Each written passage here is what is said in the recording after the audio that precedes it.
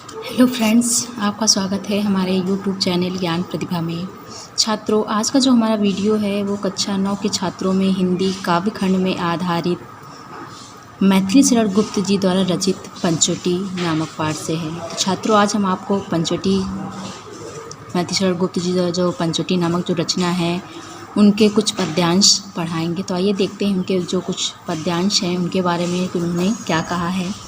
तो पहला पद्यांश है, चारु चंद्र की चंचल किरणें खेल रही हैं जल थल में, स्वच्छ चांदनी बिछी हुई है अवन और अंबर तल में। पुलक प्रकट करती है धरती हरित तृणों के नोकों से, मानो झूम रहे हैं तरभी मंद पवन के झोंकों से। तो छात्रों, आपको जैसा पता होगा कि हम किसी भी पद्यांश की व्याख्या करने से पहले उसके संदर्भ के बारे में लिखते हैं, फिर प्रसंग लिखते हैं, फिर हम उसकी क्या करते हैं, व्याख्या करते हैं। तो आइए देखते हैं सबसे पहले हम इसका संदर्भ क्या होगा। तो आप संदर्भ में लिख सकते हैं कि प्रस्तुत गद्यांश हमारी पाठ्य पुस्तक हिंदी काव्य खंड में पंचवटी नामक शीर्षक से उद्धृत है, जिसके कवि कौन हैं, जिसके कवि हैं मैथिली शरण गुप्त।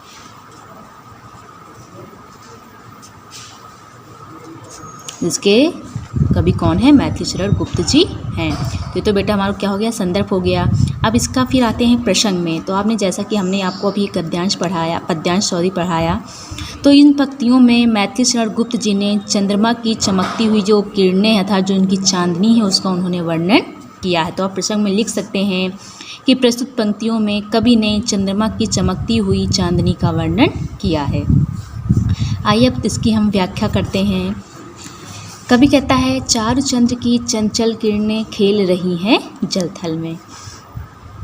तो प्रस्तुत पंक्तियों में गुप्त जी कहते हैं कि जो चंद्रमा की चारु चंद्र की चंचल किरणें अर्थात जो चारु चंद्र अर्थात जो चंद्रमा की जो सुंदर और चंचल किरणें हैं, जो सुंदर और चंचल किरणें हैं वो खेल रही हैं जल थल में। जल अर्थात आपको पता होगा जल था, जल थल मतलब अर्थात पृथ्वी की बात की जा रही। तो कहता है जल से लगाकर पृथ्वी तक चमक रही हैं, खेल रही हैं अर्थात यहाँ पर वो क्या कह रहा है, चमक रही हैं। तो क्या कहते हैं कि जो चंद्रमा की चंचल किरणें हैं, चंचल और सुंदर किरणें हैं, वो जल से लगा करके पृथ्वी तक चमक रही हैं। स्वच्छ चांदनी बिछी हुई है अवन और अंबर तल में। और कहते हैं जो चंद्रमा की जो ये स्वच्छ चांदनी है, कहते हैं जो चंद्रमा की ये स्वच्छ चांदनी है वो अंबर और तल अर्थात यहाँ पर पृथ्वी से, अंबर अर्थात यहाँ पर क्या है, आकाश अर्थात आसमान से। तो कहते हैं कि तल अर्थात पृथ्वी से लेकर अंबर अर्थात आकाश तक जो है वो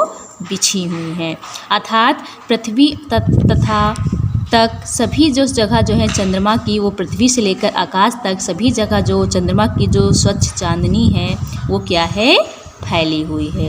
लेखक का कहने का तात्पर्य है कि इसे देखकर ऐसे लगता है कि जो कि धरती व आकाश में कोई धुली हुई सफ़ेद चादर जो है वो बिछी हुई। इसे देखकर जो चंद्रमा की स्वच्छ चांदनी है उसे देखकर ऐसा लग रहा है कि जैसे पृथ्वी से लेकर आकाश तक कोई बिछी हुई सफ़ेद चादर बिछी हुई है। पुलक प्रकट करती है धरती हरित तृणों की नोकों से। और कहता है कि पृथ्वी जो है हरे घास के तिनकों, यहाँ पर तृणों मतलब यहाँ पर क्या है, घास। तो कहते हैं कि जो पृथ्वी हरे घास के तिनकों के नोक के माध्यम से अपनी जो पुलक प्रकट करती है अर्थात पुलक अर्थात प्रसन्नता को, वो प्रसन्नता को क्या कर रही है, प्रकट कर रही है अर्थात व्यक्त कर रही है। वो फिर से देख लें कि कवि कहता है कि पृथ्वी जो है वो हरे घास के तिनकों के माध्यम से अपनी प्रसन्नता को क्या कर रही है, प्रकट कर रही है अर्थात व्यक्त कर रही है। और कहते हैं कि अर्थात कहने का मतलब है कि तिनकों के रूप में जो उसका रोमांचित होना जो है वो दिखाई दे रहा था। तिनकों की नोक में जो चांदनी है वो चमक रही है और उसी चमक से वो पृथ्वी की जो प्रसन्नता है उसको क्या कर रही है, व्यक्त कर रही है। मानो झूम रहे हैं तरुभी मंद पवन के झोंकों में। और कहते हैं कि जो मंद सुगंधित वायु है, मंद पवन अर्थात वायु, कहते हैं कि मंद सुगंधित जो वायु है वो है जो बह रही है, जिसके कारण जो वृक्ष हैं तरु अर्थात जो वृक्ष हैं वो धीरे धीरे झूम रहे अर्थात हिल रहे हैं। कहते हैं जो वृक्ष हैं वो धीरे धीरे हिल रहे हैं। तब ऐसा लगता है कि मानो सुंदर वर्ण को पाकर वृक्ष जो है वो मस्ती में झूम रहे हैं अर्थात नाच रहे हैं, अर्थात सारी प्रकृति जो है वो प्रसन्न दिखाई दे रही है। एक बार छात्रों फिर से देख लो, लेखक कहता है कि जो चंद्रमा की चंचल किरणें हैं वो पृथ्वी से लेकर आकाश में क्या हैं, चमक रही हैं, और जो उसकी स्वच्छ चांदनी है वो पृथ्वी से लेकर आकाश तक फैली हुई हैं, जिसे देखकर ऐसा लग रहा है कि मानो कोई धुली हुई सफ़ेद चादर पृथ्वी से लेकर आकाश तक फैली हुई है। और कहते हैं कि वो जो अपनी प्रसन्नता है वो किसके माध्यम से व्यक्त कर रही है, वो हरे घास के तिनकों, जो हरी घास है उनके नोकों अर्थात तिनकों के माध्यम से वो अपनी प्रसन्नता को व्यक्त कर रही है, अर्थात जो तिनकों की नोक चांदनी के रूप में चमक रही है वह उसी चमक से पृथ्वी की जो प्रसन्नता है उसको क्या कर रही है, व्यक्त कर रही है। और कहते हैं कि जो मंद सुगंधित वायु बह रही है, जिसके कारण जो वृक्ष हैं वो झूम रहे हैं अर्थात धीरे धीरे हिल रहे हैं, तब ऐसा लगता है उनको देखकर कि जैसे इस सुंदर वातावरण को पाकर वृक्ष भी खुशी से नाच रहे हों और जो सारी प्रकृति है वो प्रसन्न दिखाई दे रही है। तो ये तो हमारी क्या हो गई बेटा, पद्यांश की व्याख्या हो गई। अब इसका हमारा काव्य सौंदर्य पूछा जाता है, तो आप काव्य सौंदर्य में जो भाषा है वो इसमें खड़ी बोली का प्रयोग किया गया है। रस श्रृंगार रस होगा, जो अलंकार है हमारा वो रूपक अनुप्रास होगा, गुण हमारा माधुर्य होगा, और जो छंद है इसमें वो मात्रिक का प्रयोग किया गया है। तो अब देखते हैं कि अगला जो हमारा पद्यांश है उसमें लेखक ने क्या कहा है। तो आइए अगला हम पद्यांश पढ़ते हैं। पंचवटी की छाया में सुंदर पर कुटीर बना, उसके सम्मुख स्वच्छ शिला पर धीर वीर निर्मीक मना। जाग रहा यह कौन धनुर्धर, जबकि भुवन भर सोता है। भोगी कुसुमा युद्ध योगी सा, बना दृष्टिगत होता है। तो ये तो हमारा क्या हो गया बेटा, डांस हो गया। जब इसका संदर्भ पूछा जाएगा तो आप संदर्भ वही लिख सकते हैं कि प्रस्तुत पद्यांश हमारी पाठ्य पुस्तक हिंदी काव्य खंड में पंचवटी नामक शीर्षक से उद्धृत है, जिसके कवि कौन है, मैथिली शरण गुप्त जी हैं।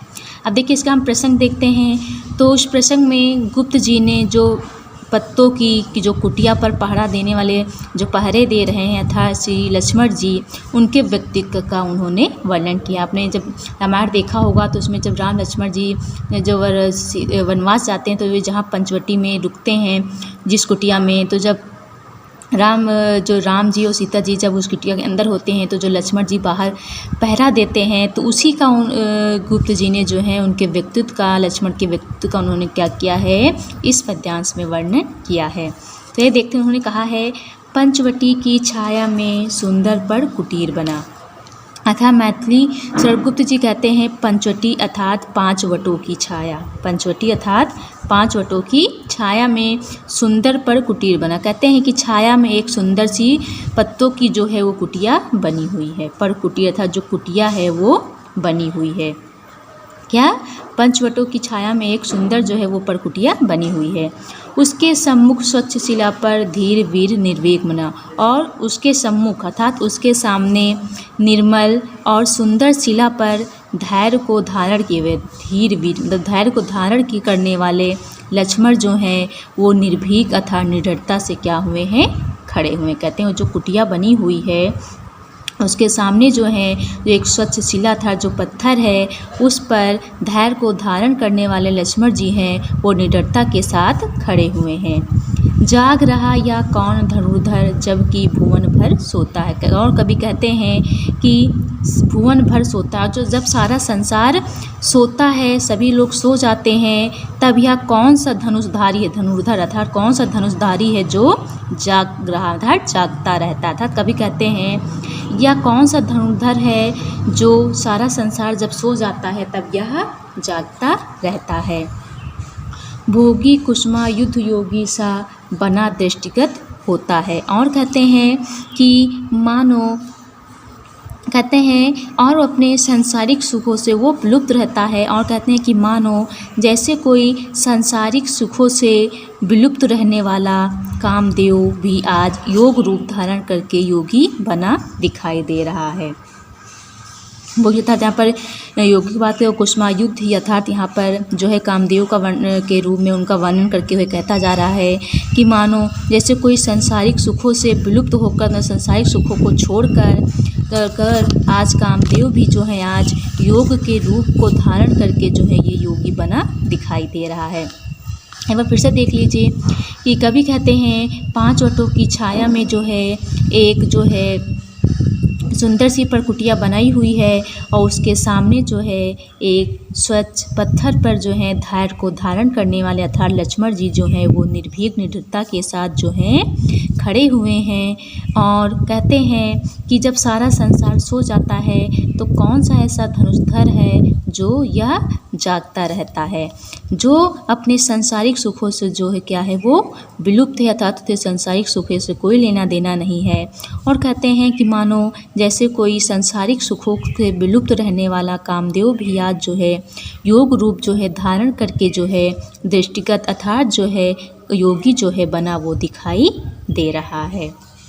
तो ये तो क्या हो गया बेटा, इसकी व्याख्या हो गई। अब देख लेते इसका जो काव्य सौंदर्य है, तो इसमें जो भाषा है वो खड़ी बोली का प्रयोग किया गया है। जो रस है वो हमारा कैसा होगा, जो रस है हमारा वो शांत होगा। जो अलंकार है इसमें हमारा रूपक और उपमा का प्रयोग किया गया है। जो गुण है हमारा वो क्या होगा, प्रसाद होगा।